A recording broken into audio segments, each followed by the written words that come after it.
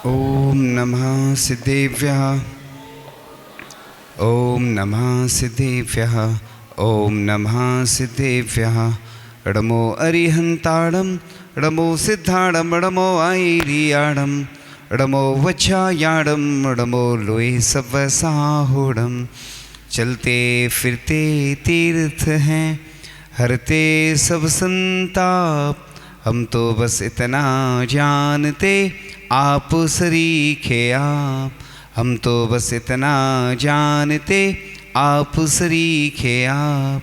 कुंडलपुर के बड़े बाबा की मूल नायक 725 वर्ष प्राचीन बास पूज्य भगवान की परम पूज्य आचार्य भगवान गुरुदेव शेखवाड़ विद्यासागर जी महामुनि राज की परम पूज्य मुनि शेखवाड़ विमल सागर जी, अनंत सागर जी, धर्म सागर जी आदि समस्त 3 करोड़ मुनि राजों की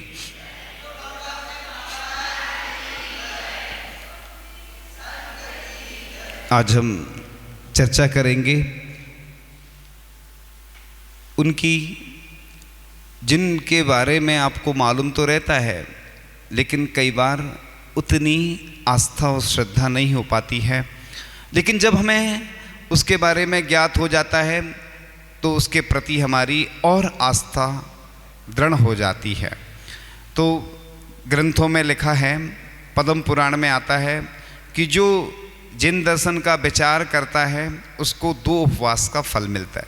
लोग सोचते हैं कि उपवास की संख्या क्यों लिखी रहती है, सम्मेद शिखर जी की वंदना करने से इतने उपवास का फल मिलता है, मंदिर के दर्शन करने से इतने उपवास का फल मिलता है, क्योंकि उपवास सब जानते हैं। ऐसा लिखा है ग्रंथों में कि जो बाहतप देखने में आते हैं, मिथ्या दृष्टियों की भी देख, आम लोग उपवास को समझते हैं। अगर और चीज़ बताएंगे तो आप लोग उतना नहीं समझ पाओगे। तो जो जिन दर्शन का विचार करता है, कितने 2 उपवास का फल। जो जिन दर्शन के लिए स्वयं तैयार होता है उसके लिए 3 उपवास का फल।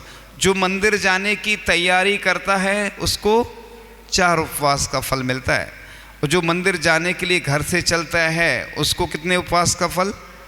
ऐसा सुनते हैं कि भरत चक्रवर्ती घर से पैदल ही चलकर जिनालय आते थे। ऐसा कहीं ग्रंथ में उल्लेख आया है, किसी ने बताया था। तो अपन को भी पैदल ही आना चाहिए, क्योंकि मुनि महाराज जिस प्रकार से एरिया पथ समिति से चलते हैं उसी प्रकार से अपन भी देख के आएंगे तो जीवों की रक्षा भी होती है। और शुद्ध वस्त्र पहनकर घर से ही आना चाहिए और यहाँ अभिषेक, शांति धारा पूजन आदि करना चाहिए। घर से द्रव धो के भी ला सकते हैं, कोई दिक्कत नहीं, जिनके यहाँ शुद्ध व्यवस्था है तो कह रहे हैं। लेकिन अभिषेक का जल घर से नहीं ला सकते, अभिषेक की शुद्धि मंदिर में ही बनती है। द्रव्य तो भगवान के ऊपर चढ़ाना नहीं, इसलिए द्रव्य तो ऊपर अलग से चढ़ाते अपन, लेकिन अष्ट द्रव्य शुद्ध होना चाहिए। तो जो कुछ दूरी तक पहुंच जाता है उसको कितने उपवासों का फल मिलता है, 12 उपवासों का फल। इसके बाद जो बीच रास्ते तक पहुंच जाता है उसको 15 उपवास का फल मिलता है। जो दूर से मंदिर या शिखर देखता है उसको 30 उपवास का फल मिलता है। जो मंदिर के आंगन में पहुंच जाता है उसको 6 माह के उपवास का फल मिलता है। बताओ, इतने उपवास करने की ज़रूरत ही नहीं है। बताओ, इतनी स्कीम पूरे वर्ल्ड में नहीं मिलेगी। हमारे पास बहुत अच्छी अच्छी स्कीमें आती हैं, इसलिए हम सबको नहीं बताते। आप लोगों का पुण्य है, शायद एक आध बार कहीं और बताया होगा, बताई तो कई बार होंगी, लेकिन यहाँ तो पहली बार ही बता रहे हैं, क्योंकि अच्छी स्कीम सबको नहीं बताई जाती। आप जैसे कोई अच्छी चीज़ भी है ना, आप रोड पे बेच के देखना एक बार, रोड पे कोई कीमत होती क्या, शोरूम में होती कीमत। लोग कहते हैं कि आचार्य ऋषि के दर्शन हमें मिलते नहीं है। हमने कहा हमारे आचार्य ऋषि शोरूम में ही अच्छे लगते, क्योंकि हमारे गुरुजी बहुत कीमती हैं, है ना। जो हीरा होता है ना उसको हर कोई को दिखाया नहीं जाता, शोरूम में रखा जाता है। ऐसे ही हमारे गुरुजी है। पुण्यशाली व्यक्तियों को ही आहार मिलता है, पुण्यशाली व्यक्तियों को ही दर्शन मिलते हैं, पुण्यशाली व्यक्तियों को ही चरण छूने को मिलते हैं।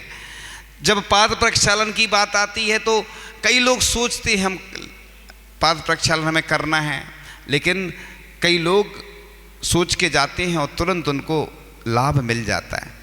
आप लोग सोचते होंगे कि हम लोगों को भी बड़ी सरलता से, सहजता से आचार्य ऋषि के चरण छूने को मिल जाते होंगे। इतनी सरलता से नहीं मिलते।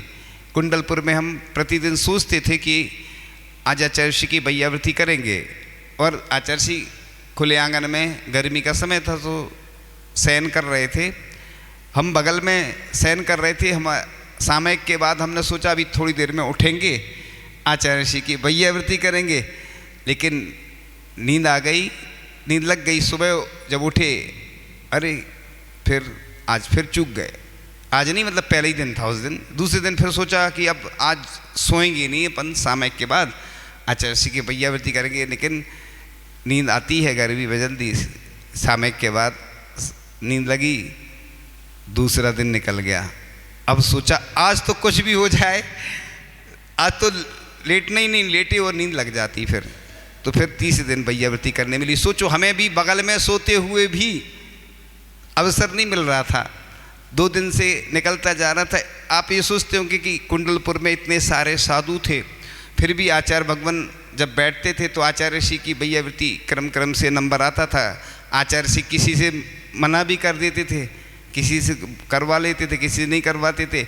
और साधुओं की संख्या ज़्यादा थी, तो जब करने वाले ज़्यादा हों तो नंबर किसका पहले आएगा? जो बड़े रहते हैं उनका नंबर पहले आता है। तो बस आचार्य ऋषि कई बार मना कर। उधर हम लोग देखते थे, जैसे तुम लोग तरसते हो ना कि हमें थोड़ा दर्शन मिल जाए। श्रावकों की भीड़ तो इतनी रहती थी कि गिनती नहीं थी, इतनी भीड़ लगी रहती थी। और उसमें भी साधु संत जो बैठते थे आचार्य ऋषि के चरण की जो वैयावृत्ति करने के लिए लाइन से बैठे रहते थे। जब जिसका नंबर आ जाए, जिसका पुण्य जागृत हो जाए। एक दिन तो पूज्य समय सागर जी महाराज जी बाहर बैठे थे और हम बैठे थे, हम माला फेर रहे थे।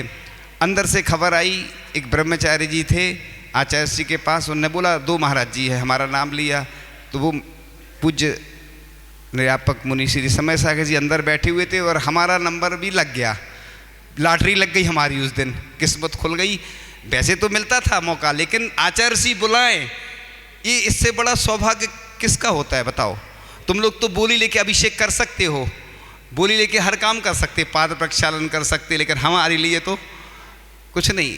आचार्य जी खबर आई और उन्होंने कहा हाँ उनको नहीं मिलती है, बुला लो। तो हम आ गए। हमने कहा अरे, फिर अच्छे से करते रहे। हमने कहा आज दुनिया का सर्वश्रेष्ठ सुख मिल रहा है, जिससे बड़ा दुनिया में कोई और आनंद हो नहीं सकता कि आचार्य भगवान की तरफ से खबर आए और बुलाया जाए। और फिर हाँ, एक बार ऐसा ही प्रसंग और आया था कि उस दिन हम लोगों को संकेत मिल गया कि आप लोगों को जाना है। तो बस जाने का पूज्य मुनि श्री धर्म सागर जी और हम थे रामटेक में 2013 चतुर्मास के बाद। उस दिन आचार्य श्री का अंतराय था, और अंतराय था तो आचार्य श्री ने मुनि श्री प्रसाद सागर जी महाराज से कहा जिन जिन महाराज जी को जाना है 4 महाराज जी उनको बुला लाओ। तो हम लोग आ गए आचार्य श्री के पास। हम लोग भी पहले तो घबरा से गए थोड़े, आचार्य श्री बुलाए तो डर तो लगता है ना कि क्या गड़बड़ हो गया क्या। फिर उन्होंने बताया कि आचार्य श्री वैयावृत्ति के लिए बुला रहा है। फिर आचार्य श्री की वैयावृत्ति करते रहे, वो सुनाते रहे। और महाराज जी के पास देवरी में भेजा था तो प्रसाद सागर महाराज जी आचार्य श्री को पत्र दिखा रहे थे कि ऐसा ऐसा लिख दिया, संकेत कर दिया कि 2 महाराज जी आ रहे हैं। तो आचार्य श्री बोलते हैं ये और लिख दो, अगवानी अच्छे से करना। आचार्य श्री बताओ इतने बड़े महान आचार्य और स्वयं बोले, ऐसा कितनी बड़ी बात हो जाती। और एक बार जब गौर झांवरे में अगवानी हो रही थी, हम लोगों ने अगवानी की। हम लोग 2 मार्च शायद संभवतः डेट रही होली के आसपास की, 3 मार्च को आचार्य जी को आना था। शाम को हम लोग गौर झामर में प्रवेश किया। सुबह रात भर नींद नहीं आई।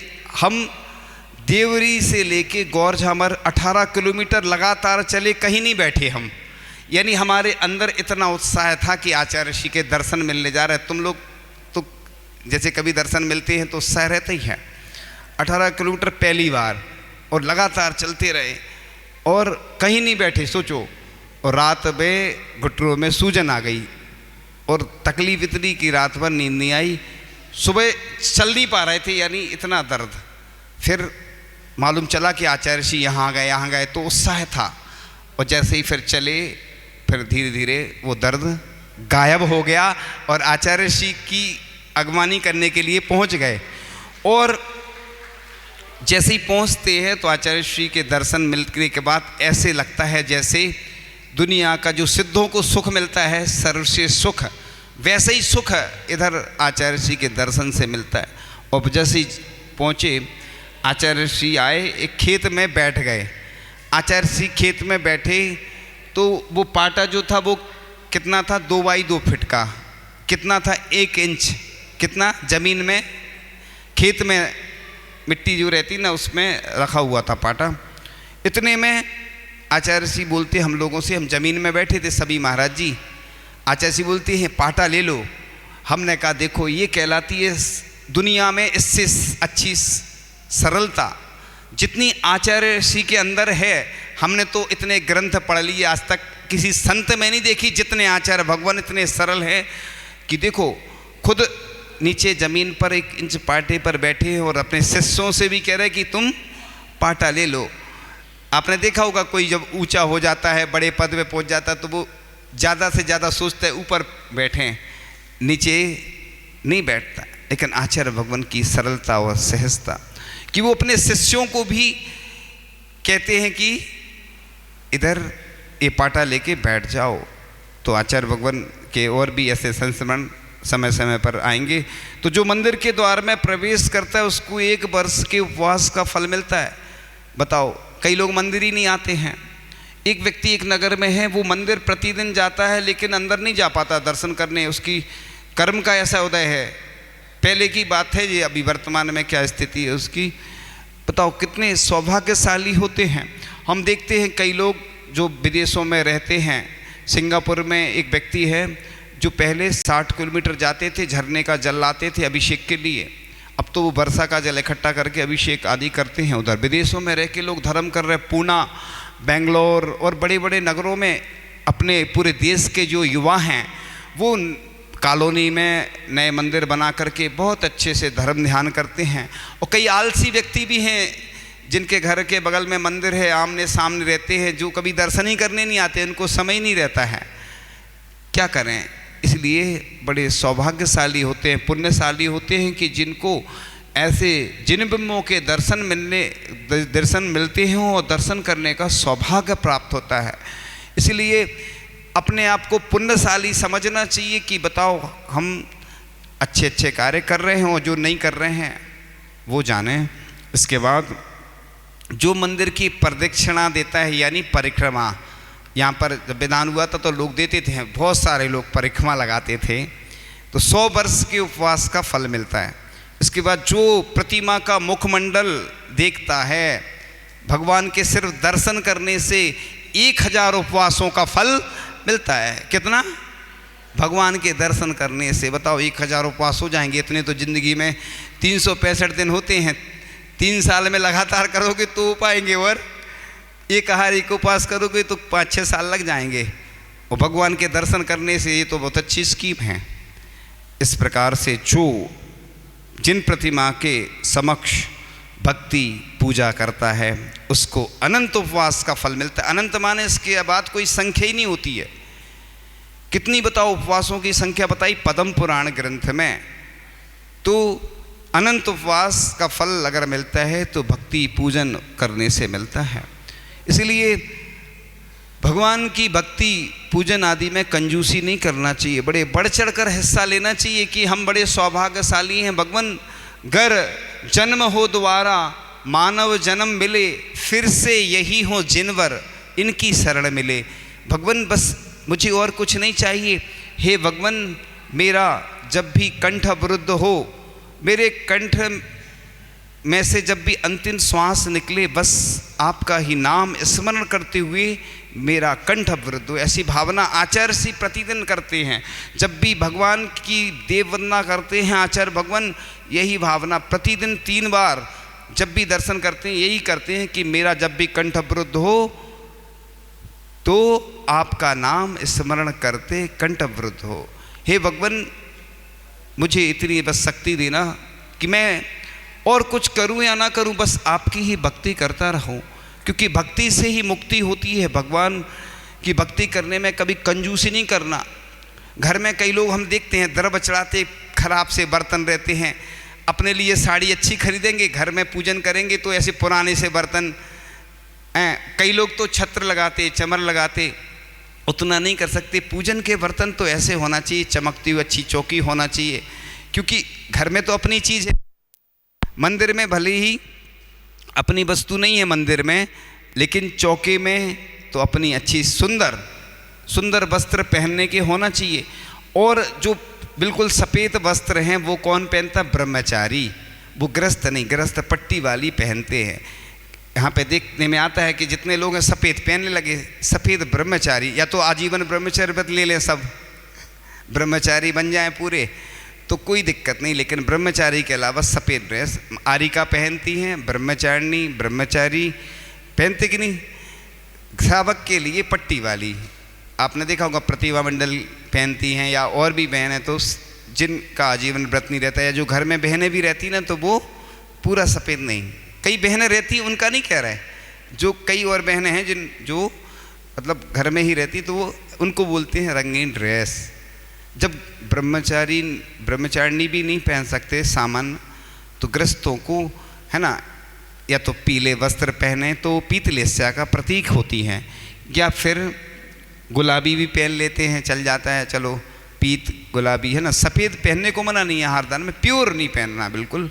तो बात चल रही थी कि जिन प्रतिमा के दर्शन से मिथ्यात और निदत्ति निकांचित रूप घोर पाप कर्मों का अभाव हो जाता है।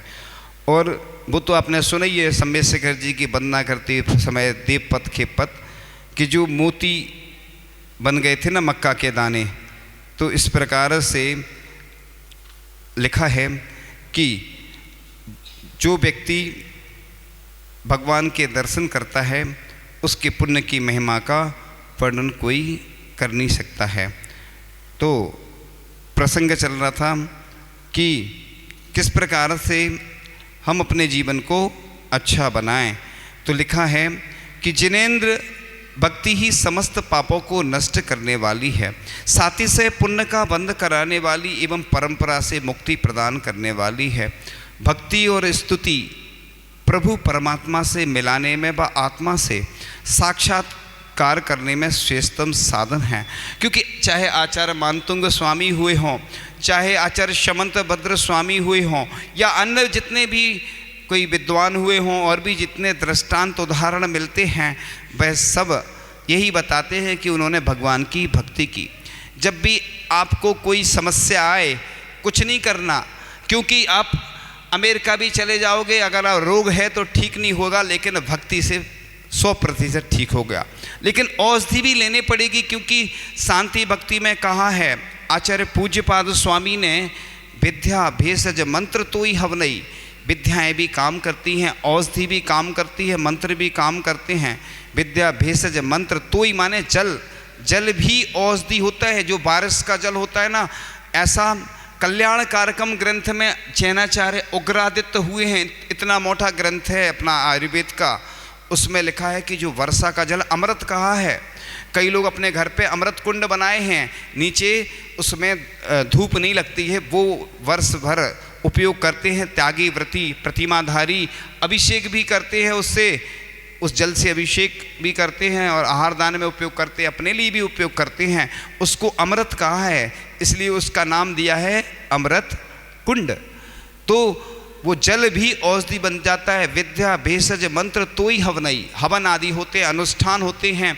ये भी जब कोई समस्या आती है, शांति विधान के कहानी में कथा में आता ना, कुछ रोग हो गया था, उपद्रव हो गया था, शांति विधान किया, उससे वो ठीक हो गए। तो उस गांव में जो बीमारी फैल रही थी वो ठीक हो गई। तो इस प्रकार से हे भगवान, आपका स्तवन दूर रहे, आपके गुणों की कथा भी भव्य जीवों के पापों को नष्ट करने वाली है। इसलिए जब भी चर्चा करो, बस एक ही चर्चा करो कि हम भगवान की ही चर्चा करें। फालतू चर्चा करने में कई बार समय निकल जाता है, पाप का बंध होता है, विवाद होते हैं। आप देख लेना, जब भी आपके जीवन में विवाद होगा, दूसरों के कारण होता है। कई महिलाओं की आदत रहती कि इधर से उधर करती हैं, फिर जब बात आती है सामने तो क्लियर होता कि इनने नहीं, इनने ऐसा कहा था, इनने ऐसा कहा था, लड़ाई झगड़े होती हैं। बोलते ना बुंदेलखंड में कि रोग की जड़ खांसी और लड़ाई की जड़ हंसी। हंसी हंसी में, मजाक मजाक में कई बार लड़ाइयाँ हो जाती हैं। इधर तो हम देखते हैं लोग सुबह से लेकर शाम तक बस प्रभु भक्ति में ही लीन रहते हैं। कुछ लोग आदिनाथ भगवान का जो स्तवन है, भक्तांबर स्तोत्र, भक्तांबर विधान करते हैं, शाम को भी दोपहर में जाप आदि करते रहते हैं। क्योंकि और क्या है बताओ, जीवन में इसके अलावा कुछ है ही नहीं। क्योंकि अपन दूसरों की बुराई करेंगे तो कर्म बंद होगा, उससे वो फल मिलेगा, तो बस बीमारी आएंगी, परेशानी आएंगी। और भगवान की भक्ति करोगे तो बस अपने जीवन में अतिशय और चमत्कार होते हैं। क्योंकि चमत्कार और कोई नहीं करता, जितने भी अतिशय चमत्कार हुए सब भगवान की भक्ति के माध्यम से हुए। तो जिन्हें प्रभु के स्मरण करने मात्र से समस्त विघ्नों का नाश होता है, कोई भय नहीं होता, बाहरी शक्तियाँ कभी उपद्रव नहीं करती और अच्छे पदार्थों की प्राप्ति होती है। ऐसा धवला ग्रंथ में लिखा है, जो धवला ग्रंथ आप लोग छू नहीं सकते। उनकी सठखंडागम कहते हैं उनको, जय धवला और धवला और महाबंद, ये ग्रंथ सिर्फ मुनिराज ही पढ़ सकते हैं और सावक पढ़ नहीं सकता है। प्रतिमाधारी पढ़ सकते हैं और पिच्छीधारी, आरिका, एलक, क्षुल्लक आदि पढ़ सकते हैं। वो सिर्फ आप लोग दूर से ही दर्शन कर सकते हैं उन ग्रंथों के। तो ऐसे महान ग्रंथ होते हैं। जैसे लब्धि सार का स्वाध्याय चल रहा है, तो अष्टमी, चतुर्दशी और अमावस्या को वो नहीं पढ़ा, तो वो उसी से निकले हुए वो लब्धि सार है, छपड़ा सार उसी को बोलते हैं। हे पुण्य कीर्ति मुनीन्द्र, आपका कीर्तन, इसको बोलते हैं कीर्तन। अपने यहाँ भी जैन दर्शन में जैसे जो भजन आदि करते हैं ना आप लोग, है ना, आप लोगों को शौक करें था भजन, तो भजन कोई बागड़ी में गाता है ना भजन, बागड़ी समझ में नहीं आती, जब सीख जाएंगे तो अच्छी लगी तो हिंदी में बोला करो, हिंदी में सबको समझ में भी आता है। बागड़ी में एक आध बोल दिया ठीक है, एक आध दिन पूजन कर ली, लेकिन रोज़ रोज़ क्या होता, बाहर वाले भी आते ना, उनको समझ में नहीं आएगी ना। आपको तो अच्छी लगती है अपनी भाषा अच्छी, लेकिन आचार्य जी क्या बोलती है, हिंदी भाषा बोलो, है ना। तो माना नहीं है, लेकिन आपस में चल जाता है, आपस में कुछ भी गा रहे हैं, बोल रहे हैं, लेकिन हिंदी भाषा पूरे देश में सुनी जाती है, विदेश में भी लोग हिंदी समझ जाते हैं, क्योंकि हिंदी में जो बोला जाता है वो पूरे देश में सुनाई देता है। और अगर एक भाषा बोलेंगे तो उधर के लोग समझेंगे नहीं। जैसे आप लोग इंग्लिश बोलेंगे, कोई आपके सामने है तो आपको समझ में आएगा, और भी कोई भाषा बोलेगा तो नहीं आएगा ना। इसलिए हिंदी भाषा ऐसी भाषा होती है कि पूरे देश विदेश के लोग समझ जाते हैं। इसलिए आगे चल रही थी चर्चा कि हे भगवान, आपका कीर्तन रूपी जल जो समस्त प्रकार की अग्नियों को स्वयं शांत कर देता है, यहाँ तक कि भवाताप भी नाम मात्र में स्मरण करने से शांत हो जाते हैं। तो जिन भव पुरुष के हृदय में आपका नाम रूपी दमनी विद्वान है, उस भव पुरुष का कर्म रूपी विस्तार भी कुछ नहीं बिगाड़ सकते। तो हे जिनेंद्र प्रभु, आपके दर्शन से आज मेरा शरीर प्रक्षालित हो गया, दोनों नेत्र निर्मल हो गए और मैंने धर्म तीर्थों में स्नान कर लिया। हे शांति प्रभु, तुम शांति को देने वाले हो, मैं आपको प्रणाम करता हूँ। मुझ पर विशेष कृपा दृष्टि कर शीघ्र ही उत्कृष्ट शांति प्रदान कीजिए। तो इस प्रकार से सच्ची जिनेंद्र भक्ति कठिन कर्मों का क्षय करने में सक्षम है। जब भी अपने महान आचार्यों पे विपत्ति आई, उन्होंने कुछ नहीं किया, बस भक्ति की भगवान की, उससे ही उनके कर्म क्षय हो गए, अपने आप अतिशय और चमत्कार हुए, है ना। तो आचार्य भगवान भी जब बीमार होते हैं तो क्या करते हैं, बस जाप करते हैं, भक्तियाँ पढ़ते हैं, समय सार का पाठ करते हैं, उससे ही उनके कर्मों का क्षय होता है और असाता भी साता में परिवर्तित हो जाती है। क्योंकि अपने अंदर एक कंडेंसर जैसा होता है ना, कंडेंसर का मतलब होता है कैपेसिटर, माने क्षमता होती है उसके अंदर एक्सचेंज करने की। जिस प्रकार से वो स्टेबलाइजर होता है ना, वो वोल्टेज को बढ़ा देता है, इसी प्रकार से हम भी पाप से पुण्य को, पुण्य में पाप को परिवर्तित कर सकते हैं। ये हमारे अंदर है, आत्मा में अनंत शक्ति होती है। हम लोग अपनी ऊर्जा को व्यर्थ के कार्य में लगा देते हैं, अगर हम उस ऊर्जा को अच्छे कार्यों में लगाएंगे तो वो ऊर्जा निश्चित रूप से परिवर्तित होती चली जाती है। तो इस प्रकार से चर्चा चल रही थी कि किस प्रकार से हम अपने आप को पुण्यशाली व्यक्ति बनाएं। तो अपन आज जो चर्चा चल रही थी, भगवान भक्त के बस में भगवान होते हैं। तो उसी प्रकार से अपन जब भी एक अध्ययन सामने आया जो नए लोगों के लिए है, तो एक लेख आया था कि नियमित रूप से भगवान की पूजन करने से मन शांत रहता है, साथ ही परेशानियों में फंसने की संभावना भी कम हो जाती है। ये उन लोगों को बता रहे हैं, युवा लोगों को। युवा लोग क्या है, पूजन आदि नहीं करते हैं। तो आजकल क्या है कि लोगों को जैसे बिजनेस में होता ना, ऐड का ज़माना है, ऐसे ही आकर्षित करने के लिए कुछ नई चीज़ें बतानी पड़ती हैं, क्योंकि नए लोग कलसा ढारो रहे और भागो रहे। अभिषेक का तो नियम है, चलो ठीक है उतना कर रहे हैं, लेकिन पूजन नहीं करते, वो भग जाते हैं।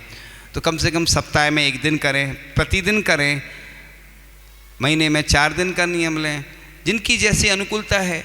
क्योंकि आजकल सबसे ज़्यादा समस्या आ रही है कि बच्चे स्कूल में बचपन में पढ़ते तो मंदिर नहीं जा पाते, क्योंकि मंदिर की सुविधा नहीं थी। जल्दी स्कूल जाना, फिर कोचिंग जाना, फिर बड़े शहरों में चले गए तो उधर मंदिर नहीं है, दूर है, फिर विदेश में चले गए तो मंदिर ही नहीं है। तो जैन से क्या बन गए वो, अब समझ जाओ बस।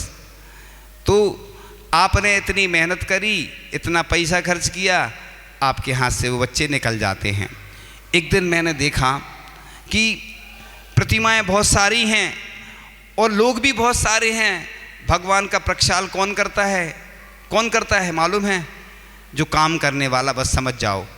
अब बताओ, महिलाओं को अब अभिषेक नहीं मिलता, प्रक्षाल करने नहीं मिलता, जिनको मिल रहा है और अभिषेक के लिए लाइन लगी, प्रक्षाल के लिए किसी को समय नहीं है, तो किराए का आदमी कर रहा है।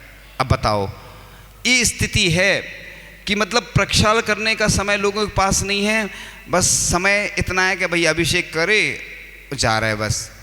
यानी तो हमने बोला कि जिस प्रकार से तुम भगवान को ऐसा करोगे तो भगवान तुम्हें भी ऐसे ही निकाल देगा, तुम्हें घर से निकाल देगा, तुम्हारे बच्चे निकाल देंगे, तुम भगवान की केयर नहीं करोगे। आप सोचिए कि भगवान की प्रतिमा इतनी ज़्यादा हैं, अभिषेक करने के लिए तो 200 लोग आएंगे, और जितनी प्रतिमाएं हो सकता है 200 ही हैं प्रतिमाएं। एक एक व्यक्ति अगर एक प्रतिमा का प्रक्षाल प्रतिदिन करे तो कितने अच्छे से व्यवस्था बन सकती है। और बोली लगाना नहीं चाहिए अपन को प्रक्षाल के लिए, तो पहले से लिस्ट बना लो रोज की, प्रतिदिन 365 दिन की लिस्ट बना लो। एक व्यक्ति की ड्यूटी रहेगी तो बस कोई दिक्कत नहीं, 2 लोग कर लो, 4 लोग कर लो ना, लिस्ट बना लो।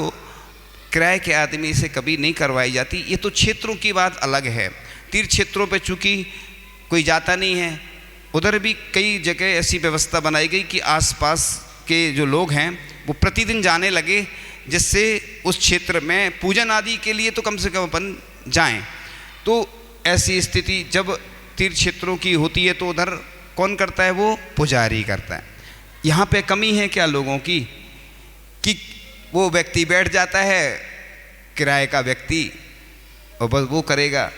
अभिषेक करने के लिए सबको आना है, प्रक्षाल करने कोई नहीं है। तो ये ऐसी स्थिति नहीं होना चाहिए। तो अपन अपनी संतान के लिए कितना पैसा खर्च कर रहे हैं, और जब वो बड़ी हो जाती है संतान, घर से तुम्हें निकाल देती है, तुम्हें छोड़ के चली जाती है, तो फिर रह जाते हैं। इसलिए संतान को शिक्षा भी दो, धन भी दो, उसके साथ संस्कार भी दो, नहीं तो बहुत स्थिति खराब होने वाली है। तो अपन एक बार लेख पढ़ के फिर एक बात रखते हैं सामने दूसरी। साथ ही यह बात अमेरिका के शोधकर्ताओं द्वारा किए गए एक अध्ययन से सामने आई है। चैपल हिल में स्थित यूनिवर्सिटी ऑफ नॉर्थ कैरोलिना के समाज विज्ञानी डॉक्टर क्रिश्चियन स्मिथ ने 2478 किशोरों का अध्ययन करके पाया कि जो धार्मिक अभिरुचि रखने वाले किशोर का व्यवहार अच्छा होता है। जो लड़के पूजन आदि करते हैं उनका व्यवहार अच्छा, ये जैसे पीएचडी होती ना, उसी प्रकार से रिसर्च होती है, वर्ल्ड लेवल पे होती है, भारत के लेवल पे होती है। तो जो किशोर नियमित रूप से मंदिर जाते हैं और धर्म को जीवन का महत्वपूर्ण अंग मानते हैं, वे दूसरों के प्रति दुर्व्यवहार करने व परेशानियों में पड़ने से बच जाते हैं। जैसे अपन मंदिर आएंगे, इधर उधर नहीं जाएंगे तो अपना किसी से विवाद नहीं होगा। क्यों विवाद कब होते हैं? अपन इधर उधर जाएंगे, इधर उधर की बातें करेंगे फालतू। हम देखते हैं यहाँ की नहीं, पूरे देश की स्थिति है कि लड़के लोग कई है ना, कह के आते हैं घर से हम मंदिर जा रहे हैं, और बाहर खड़ के गप्पे, हमें आवाज़ आती है कि लोगों ने बताया 11-11 बजे तक बैठे रहते हैं, बातें होती हैं, और कहने को कहाँ गए थे? मंदिर। इसलिए मंदिर के नाम पे कई बार ऐसी चीज़ें होती हैं। और रात में क्या चलता है? छिलकी वाली चीज़ें। अब नाम नहीं ले रहे, शाम का टाइम है, समझ गए होंगे कि क्या चलता है। खाना पीना सब चलता है और कहते हैं मंदिर गए थे। इसलिए ऐसे लोगों से सावधान रहना। तो दूसरों के प्रति दुर्व्यवहार करने व परेशानियों में पड़ने से बच जाते हैं। स्कूल और परिवार में उनको सम्मानजनक दृष्टि से देखा जाता है। इस अध्ययन से एक महत्वपूर्ण बात यह भी सामने आई कि बचपन में जिनमें पूजा प्रार्थना करने का संस्कार रहता है, उन किशोरों का व्यवहार सकारात्मक यानी पॉजिटिव हो जाता है, जबकि इसके अभाव में किशोरों में नकारात्मक प्रवृत्ति पड़ जाती है। तो नियमित पूजा प्रार्थना करने वाले किशोर शराब, सिगरेट व मांसाहार से दूर रहते हैं। अगर बुरी संगति में पड़कर वे कभी इन चीज़ों का सेवन करते हैं तो शीघ्र ही आत्मग्लानि होने से छोड़ देते हैं।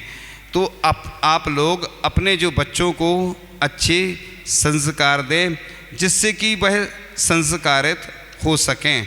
आगे एक महत्वपूर्ण कार्य आने वाला है आप लोगों के सामने। क्या आना है? अभी इसके पूर्व में इंदौर में पंचकल्याणक में हुआ था, क्या मूल गुण संस्कार, अष्टमूल गुण संस्कार बोलते हैं, जो 8 वर्ष से अविवाहित जो बच्चे होते हैं ना, उनका संस्कार 17 सितंबर को रविवार के दिन यहाँ पर होना है, पर्युषण के एक दिन पहले सुबह। और दोपहर में युवाओं के लिए, इस 80 गाँव के युवा हैं वो आएंगे और दोपहर में उनके लिए एक नई ऊर्जा का संचार होगा।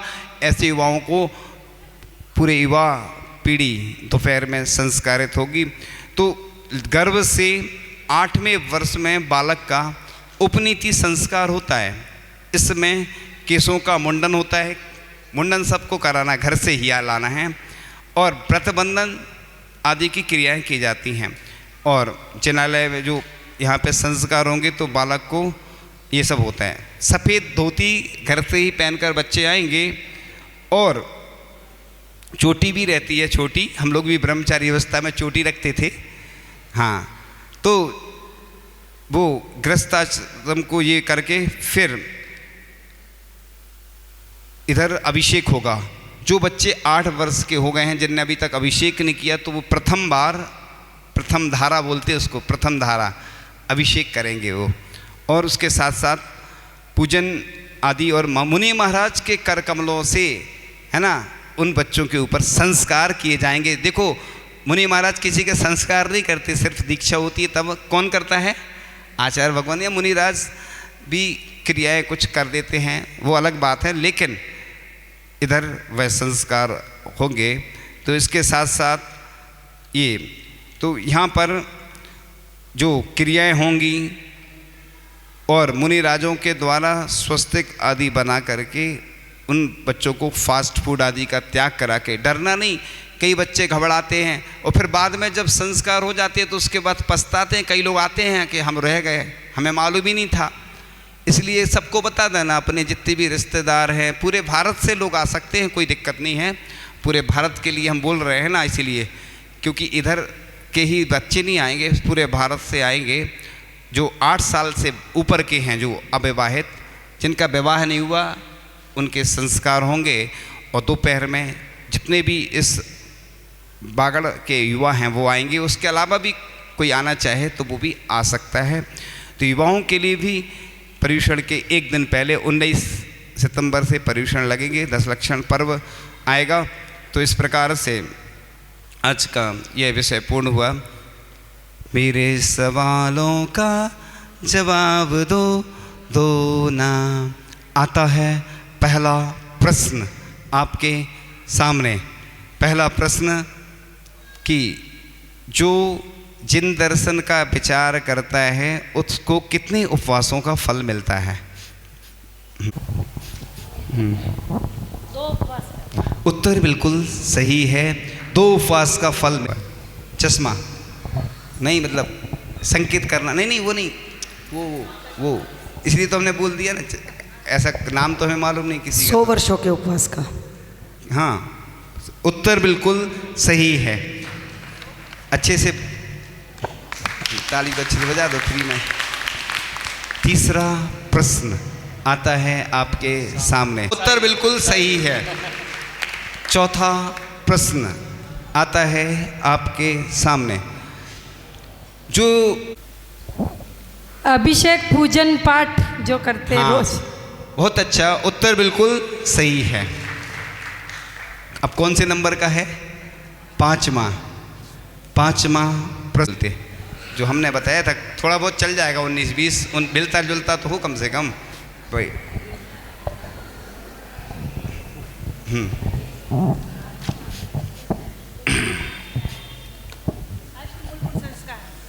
माइक दे दो, माइक से सुनो। अष्टमूल गुण संस्कार। हाँ, उत्तर बिल्कुल साल से चल रहा है काम।